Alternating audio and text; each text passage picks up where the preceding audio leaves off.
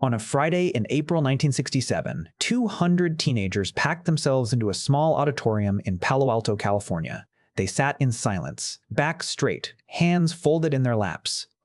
A man walked to the front of the room, and 200 right hands came up in a curved salute at exactly the same moment.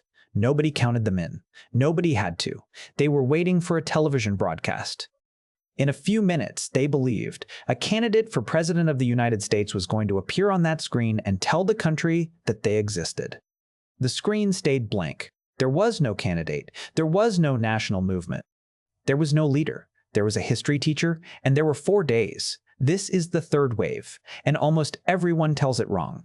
You will hear that it proves people will follow orders. Nobody in that room was ever given one. That is the part that does not fit, and it is the part that everybody skips. Hold on to it. It is the whole story. It started with a question, which is the part that gets forgotten. Ron Jones taught world history at Cupperly High School in Palo Alto. Young, popular, the teacher students asked for by name. That spring, his sophomore class had reached the Second World War, and then the place in it where every class stops. How did ordinary Germans let it happen? Not the officers, the neighbors, the shopkeepers, the people who said afterwards, and mostly meant it, that they had not known. A student asked him how that was possible. And Jones realized he did not have an answer he actually believed, so he decided to stop explaining it and show them instead. He set aside one day. He wrote 3 words on the chalkboard: strength through discipline. Then he changed how the room worked. Students would sit a particular way, feet flat on the floor, spine straight, hands crossed behind the small of the back. They would drill it until they could do it in seconds. They would move between desks without making a sound. If you wanted to speak, you stood up. You called him Mr. Jones, and your answer had to be 3 words or fewer. None of it was a punishment. Nothing was threatened. It was a game, announced out loud as a game, to a room of 15-year-olds on an ordinary Monday morning. And here's what Jones noticed before anything went wrong. They got better. The answers came faster. The shy ones spoke. A history class that had been sagging and half asleep for months sharpened up in a single period, and the students could feel it happening to them. He wrote later that he found himself wondering how far they could be pushed. On Tuesday, he added a second line underneath the first: strength through community. He had them say both lines out loud, together, 30 voices hitting the same syllables at the same instant. Try that once and you will understand more about this story than any explanation can give you. 30 people breathing in time is not an idea. It is a physical sensation, and it is a pleasant one. Then he gave the thing a name. He called it the third wave, from an idea in surfing, that in any set of waves rolling toward the beach, the third one is the strongest, and he gave them a salute. The right hand raised in a curve toward the right shoulder, like water about to break. Members only, to be used whenever 2 of them met. By that afternoon, they were saluting in the corridors, in the car park, in other teachers' classrooms, behind those teachers' backs. A gesture that had not existed at breakfast was moving through a school of strangers by lunch. Wednesday is the day it stopped being his. He wrote the third line, strength through action, and handed out membership cards. 30 students had been in that class on Monday. 43 came on Wednesday. 13 of them had walked out of other lessons to get there. 3 of the cards had a small red cross marked on the back. If you got one of those, your job was to report anyone who broke the rules or spoke against the movement. Jones appointed 3 informants. By the end of the day, around 20 students were informing. Nobody asked the other 17, nobody rewarded them. They worked out what the movement wanted, and they went and got it on their own time for free. He handed out assignments. Design a banner. Memorize the name and address of every member. Bring in new recruits. All of it came back done, and done well, by teenagers who would not reliably hand in homework. And then a boy called Robert came to see him. Robert was not doing well. He had no real friends, and he ate his lunch alone, in that classroom most days. He told Jones that from now on he would be his bodyguard, because he was worried that something might happen to him. He was serious. He started walking his teacher between classes. That night, a student's father broke into the classroom and turned it upside down. He was a retired Air Force colonel who had spent part of the war inside a prison camp, and he had recognized what his own child was describing over dinner. Jones wrote that by Wednesday he felt very alone and a little scared. He should have stopped on Wednesday. He knew it. He said so afterwards. Instead, he escalated because he could no longer see a clean way out.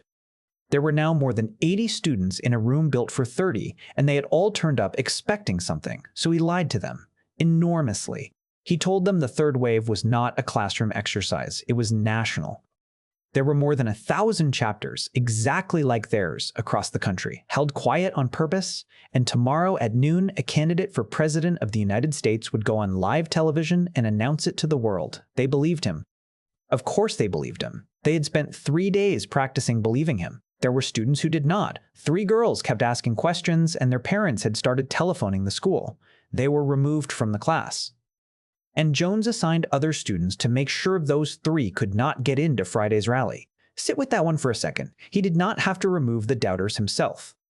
He asked teenagers to keep other teenagers out of a room, and they said yes, and they meant it.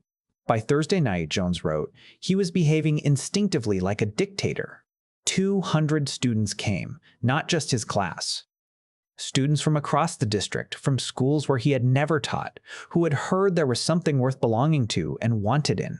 Athletes, student body officers, loners, kids who did not go to assemblies for anything. Jones put friends at the edges of the room holding cameras, posing as press. He put a television at the front. He raised his hand, and 200 hands came up to meet it. He called the 3 lines and got them back louder each time until the room was shaking with it. Then noon came, and he switched the television on, static, a blank gray screen, 60 seconds of it, then 2 minutes. 200 teenagers sitting at attention, watching an empty picture, waiting for a leader to arrive. Somebody finally stood up and shouted the question out loud. There isn't any leader, is there? And Jones told them, there is no leader. There is no national movement. There is no third wave. You were used and you were manipulated, and every part of it you did to yourselves. Then he played them film of the Nuremberg rallies and the camps and let it run to the end. The last thing on the screen was a line about blame, that everyone has to take a share of it, that nobody gets to stand up afterwards and say they had no part. Robert, the bodyguard, cried. Jones put his arms around him and told him it was over. The room emptied almost in silence. Afterwards, Jones pulled the film out of all 3 cameras and held it up to the light until it was ruined, so that no photographs would exist. And in the 4 years he went on teaching at that school, he wrote, not one student ever admitted to him that they had been in that auditorium. Now go back to the thing that did not fit. The third wave gets filed next to Milgram and the Stanford prison experiment, under a heading like, People Obey Authority. Look at what actually happened. Nobody was punished, nobody was threatened, no grade was ever lowered. Jones asked for 3 informants and got 20, unpaid, unprompted, competing for it. Students walked out of lessons they were required to attend in order to sit in a room with stricter rules. 200 gave up a lunch break for a movement that offered no benefits and no leader. They were not obeying, they were joining, and look at who joined hardest. The doubters were mostly the confident, academically strong students, and they were pushed out in the first 3 days. What was left was the middle of the class. The kids with no status, no clique, nothing that made them anybody in that building. One of them remembered being disappointed that he was not picked as secret police, and only realizing later that he was already trapped. And Robert, the boy who ate lunch alone, appointed himself a bodyguard against a threat that did not exist. He was not frightened of an assassin. He had finally been given a reason to walk beside somebody. For 4 days, being nobody stopped hurting. That was the entire offer. That is all it ever was. Fear is not the engine here. Belonging is. And belonging is not a defect in the weak or the stupid. It is standard equipment for being a human being, and you are running the same hardware they were. There is a second thing almost nobody mentions, and it is sitting in Jones's own account. He lost control on the 2nd day. He wrote that it became harder and harder to pull himself back out of the momentum the class was building, that he was following the group at least as much as steering it. He kept escalating because his students kept arriving ahead of him, wanting more, and more was the only thing he had left to give them. There was no mastermind. The man who built the thing was inside it, being carried along, exactly like everybody else, and that is the genuinely frightening version of this story. Not that somebody bad can make you follow. That a thing like this does not require anybody to be in charge of it at all. One more thing, and it is the part actually worth taking away. The resistance was there the whole time. A student named Sherry Tousley asked out loud why they were not allowed to just say what they thought. She was sent out of the room, to the library. And in that library, she ended up talking to the school librarian, a woman who had grown up in Nazi Germany. Tousley and the rest of the students who had been thrown out started their own thing. They called themselves the Breakers. They came in early and put up posters against the wave before the building woke up. Another student, Alyssa Hess, spent Thursday telling people not to go to the rally. They did not stop it. 2 teenagers against 200 was never going to stop it. But it was never true that nobody could see it. The ones who could see it were standing outside because they had already been thrown out. Ron Jones was denied tenure 2 years later. Students and parents petitioned for him. It did not work, and he never taught in a public school again. The story became a novel and a film and a German movie that European teenagers now watch in a classroom, which is a strange kind of circle to close. But the warning is not the useful part. The mechanism is. It took 4 days. It ran entirely on volunteers. Nobody was paid, nobody was threatened, and the man in charge was as caught up in it as anyone in the room. All it needed was a group of people who wanted to be part of something, and a set of rules clear enough to tell them how. You are not immune to that. Neither am I. And that is not a flaw in us. It is the price of being the kind of animal that cannot survive alone. The only defense anybody found that week was the one nobody wanted: getting thrown out of the room.